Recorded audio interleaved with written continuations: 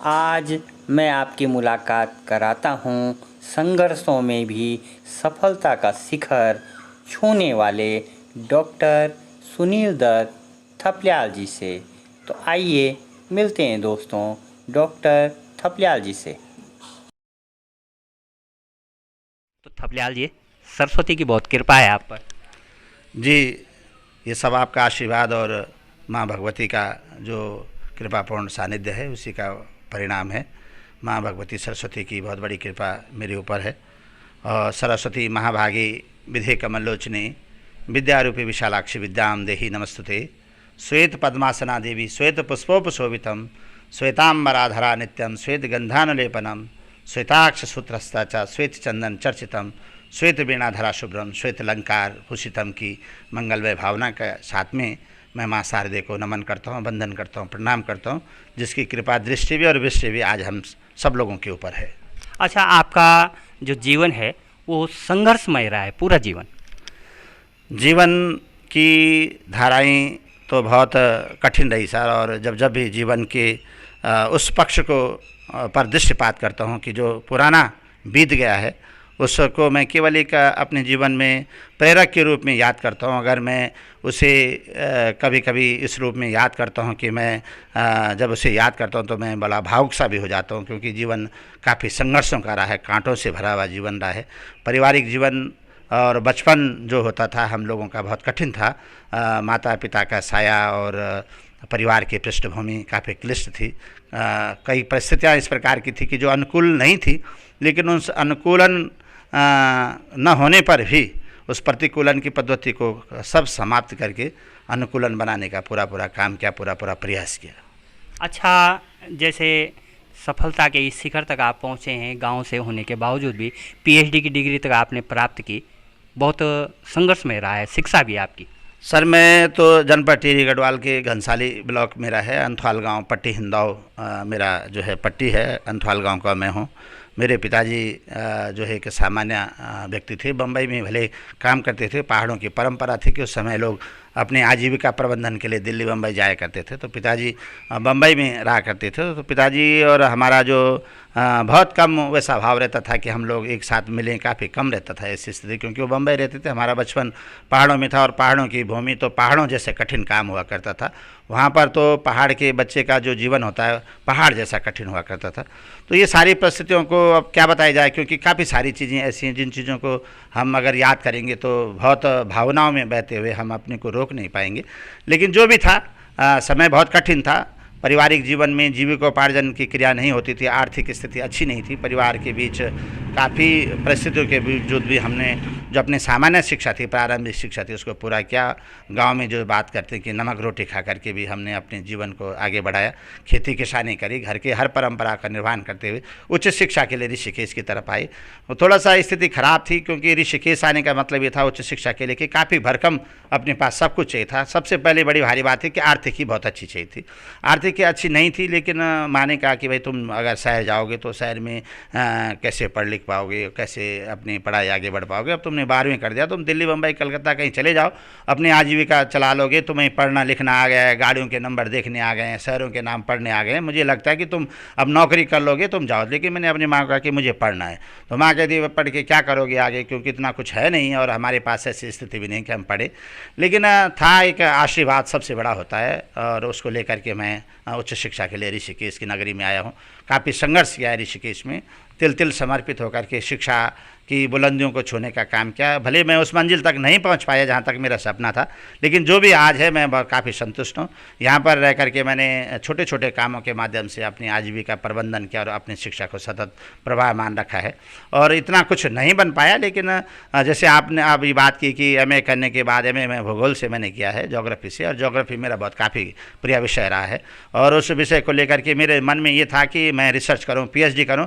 मुझे ये पता नहीं था कि पीएचडी होती क्या है और पीएचडी करके मैं बनूंगा क्या, लेकिन मेरे मन में था भाव कि मैं पीएचडी करूंगा, मुझे उच्च शिक्षा लेनी है, शिक्षा का धनवान मुझे बनना है। मैं पैसों का धनवान तो नहीं बना, समृद्धि का धनवान नहीं बना, लेकिन शिक्षा जगत के लिए मैं शिक्षण का धनवान जरूर बनूंगा। और मेरा ये सपना काफ़ी साकार हुआ।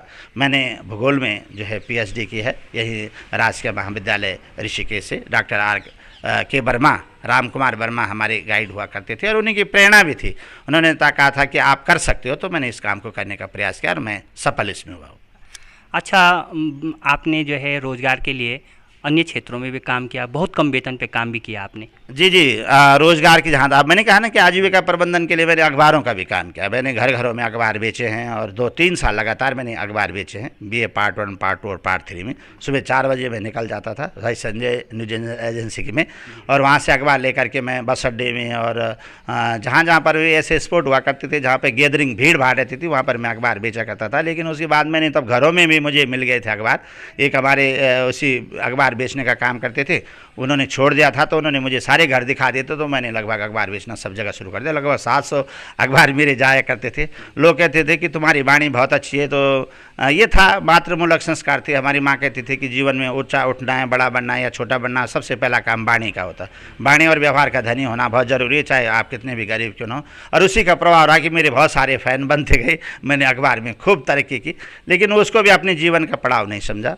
उसके बाद एक बार क्या हुआ कि एक बहुत ही प्रतिष्ठित परिवार था, मैं नाम नहीं लूँगा, ऋषिकेश का, कि मैंने ऋषिकेश में अखबारों का काम कैसे छोड़ा। जब मैं उनके पास बिल लेकर के शाम के समय पे गया, तो उन्होंने मुझे थोड़ा बहुत भद्दी गाली दे दी, यहाँ तक कि मेरी माँ तक की गाली दे दी। उनका कहना ये था कि तुमने बरसात हो रही थी, तुमने नाली में अखबार फेंक दिया था, हम उस दिन के पैसे नहीं देंगे। मैंने कहा आप उस दिन के पैसे मत दीजिए, लेकिन जो शेष पैसे उनको तो दे दो। उसने भद्दी गाली दे दी। मैंने उसी दिन वहाँ से ये पढ़ क्या कर दिया कि जो कार्य मेरी माँ को कहीं ना कहीं इस प्रकार की बातें सुनने को मिलेगी, वो मुझे पसंद नहीं था और मैंने उसी दिन वो काम छोड़ दिया था। संजय भाई के बाद काफ़ी प्रयास उन्होंने किया कि भाई तुम इस काम को करो यार, क्या बात हो गई, ऐसा हो गया। 700 अखबार का मतलब था कि बहुत बड़ी भारी बात थी।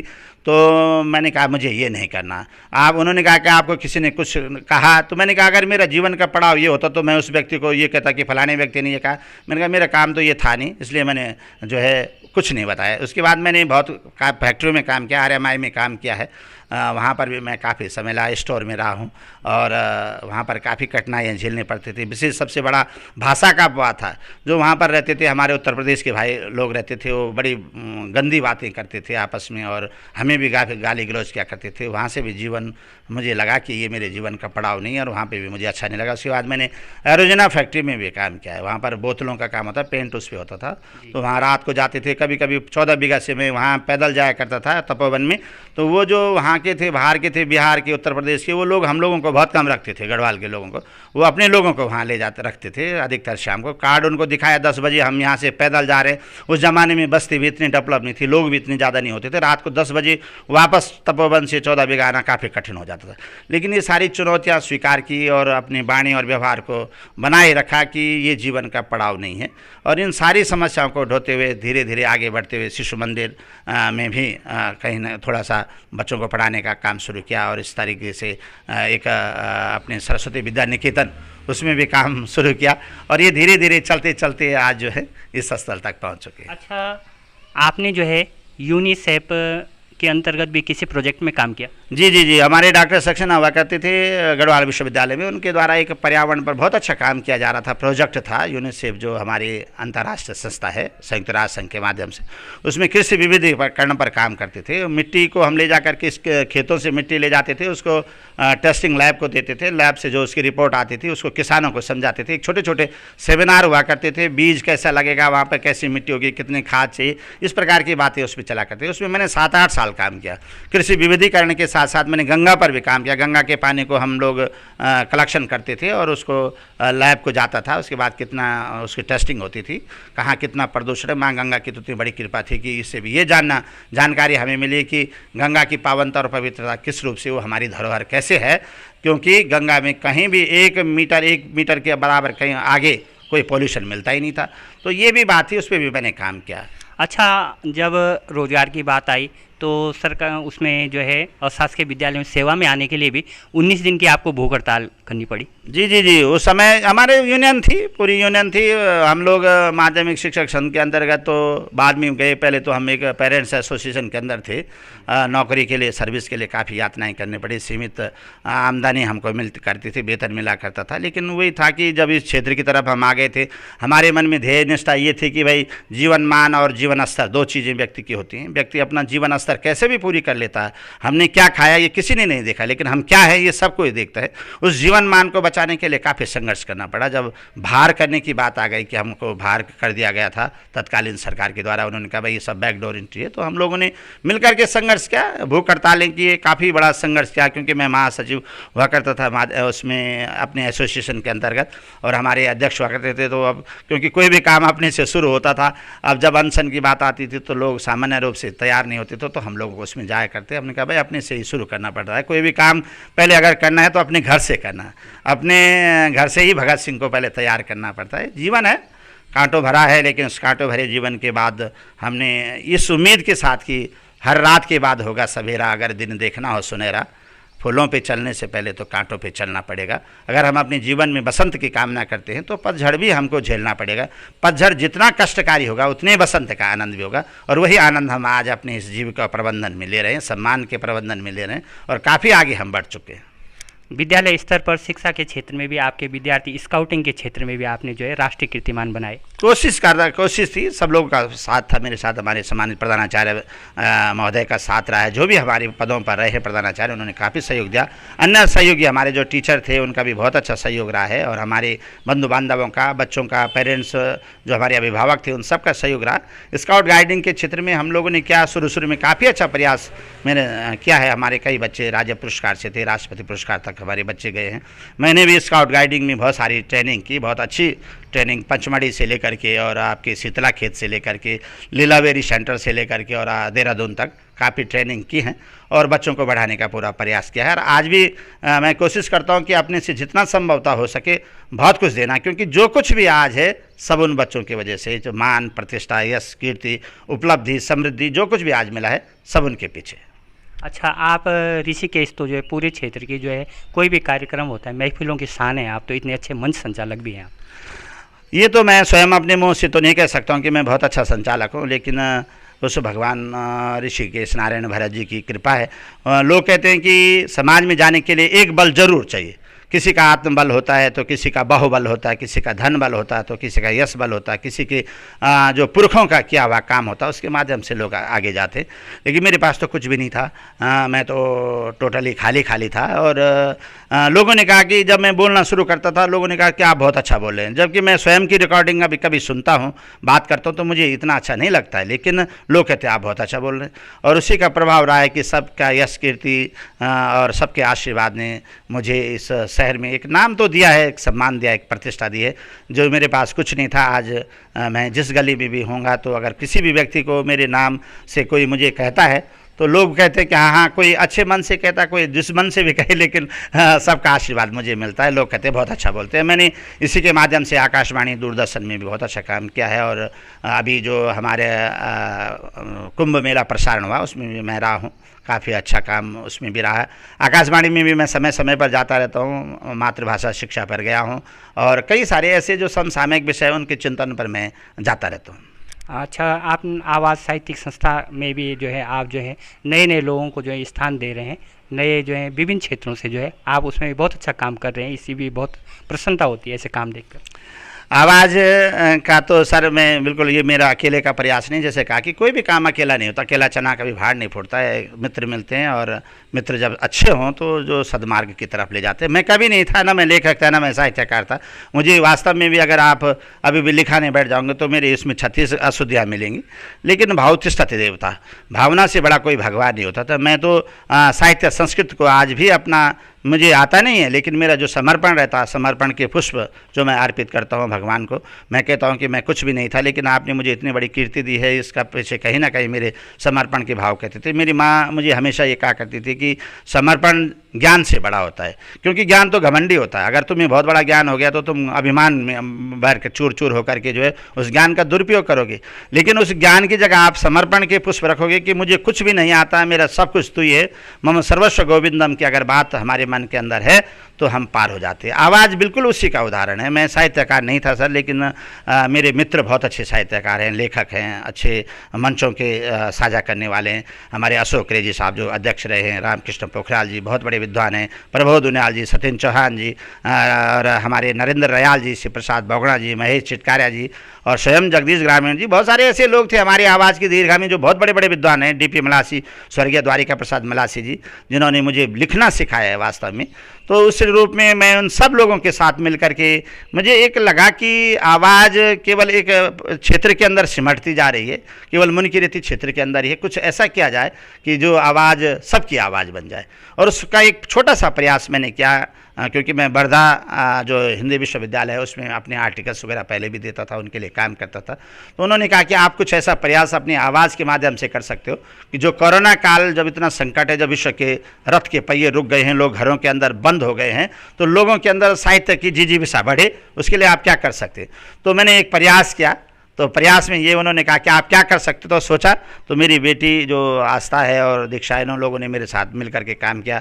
इन्होंने कहा कि हम इस तरीके से कुछ काम करते। हमने एक पेज बनाया, पेज के माध्यम से अकेला एक कोई भी किसी को आमंत्रित किया, वो बोलता था तो मुझे ठीक नहीं लगा उसको। मैंने कहा इसके अकेले के बोलने से उतना आनंद नहीं आया था।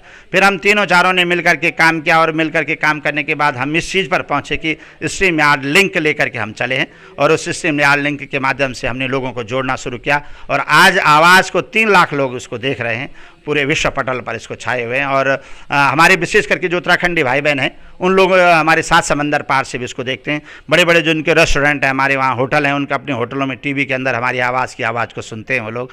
हमने इसमें 3 चीज़ें जोड़ी हैं। हिंदी में हमने साहित्य जोड़ा है, संस्कृति जोड़ी है, और संवाद जोड़ा है। इन 3 धाराओं को लेकर के त्रिवेणी के इस पावन पवित्र तीर्थ को लेकर के हम चले हैं, और इसमें हमें काफ़ी बड़ी उपलब्धि और सफलता मिली, प्रतिष्ठा मिली। सूरज पर बादलों का न पहरा हो, रोशनी रोशनाई में डूबी न हो, न ईमान फुटपाथ पर हो खड़ा, हर समय आत्मा सबकी बोझिल न हो, हर समय आत्मा सबकी बोझिल न हो।